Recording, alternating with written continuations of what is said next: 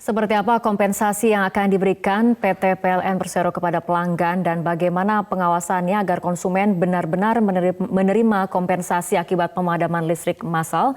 Untuk membahasnya telah bergabung dari luar studio Direktur Jenderal Perlindungan Konsumen dan Tertib Niaga Kementerian Perdagangan Bapak Ferry Anggrijono.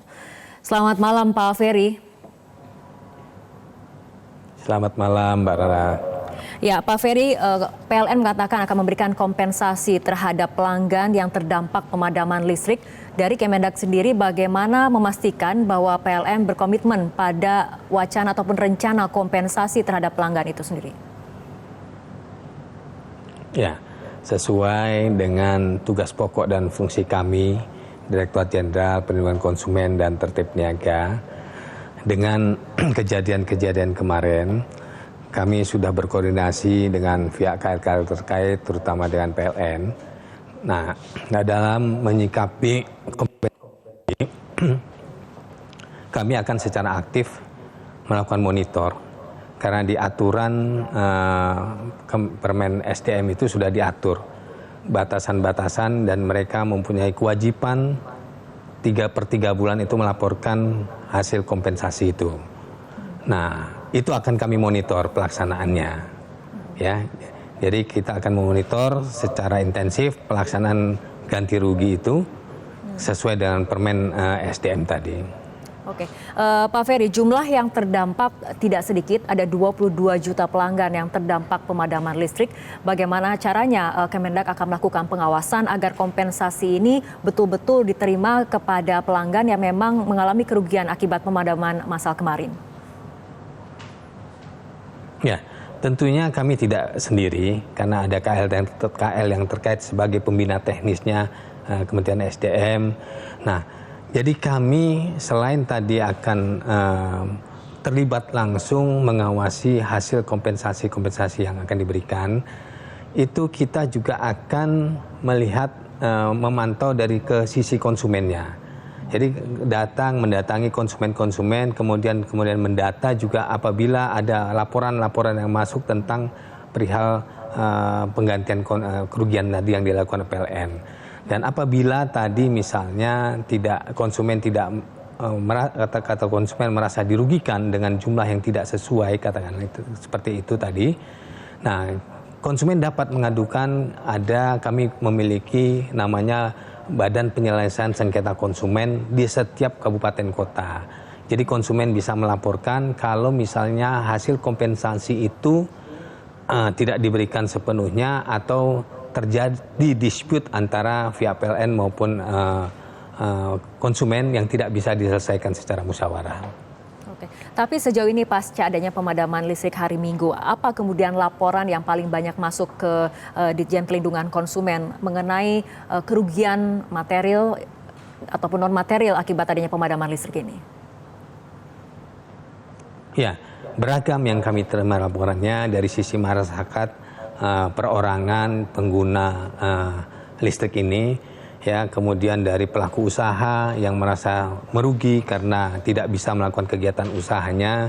Nah, sementara ini kami tampung dan akan kami sampaikan, akan kami cocokkan data-data ini nanti seperti yang akan disampaikan ke PLN dalam rangka penggantian kompensasi ini.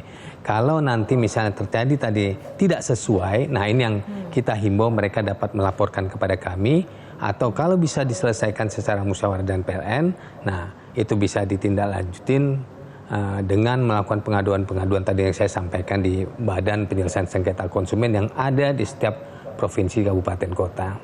Baik, Pak Ferry dan juga pemirsa, kita juga akan bergabung dari luar studio bersama Senior Eksekutif Vice President Bisnis dan Pelayanan PLN, Bapak Yudi Wicaksono. Selamat malam, Pak Yudi. Selamat malam, Teh Rara. Selamat ya, malam, Pak Ferry.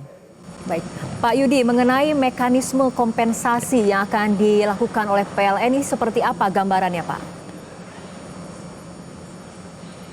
Baik, mekanisme ini untuk kompensasi sebenarnya bukan hal yang baru kami lakukan ya, karena kami sudah melakukan pemberian kompensasi ini jauh sebelumnya. kita merujuk kepada yang paling tinggi adalah Undang-Undang Nomor 8 Tahun 1999, kemudian Permen SDM Nomor 27 Tahun 27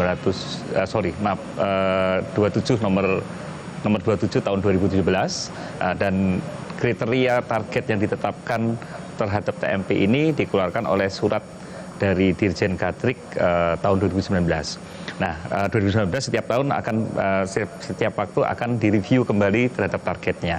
Nah, mekanismenya secara normal dalam 1 bulan akan kami hitung ya, jumlah pelanggan kalau misalkan ada pelanggan yang contohnya ada lama gangguan yang terjadi melebihi dari batasan dalam 1 bulan kumulatif, maka akan kami berikan kompensasi dimasukkan ke dalam bulan berikutnya dan akan dibayarkan bulan berikutnya lagi.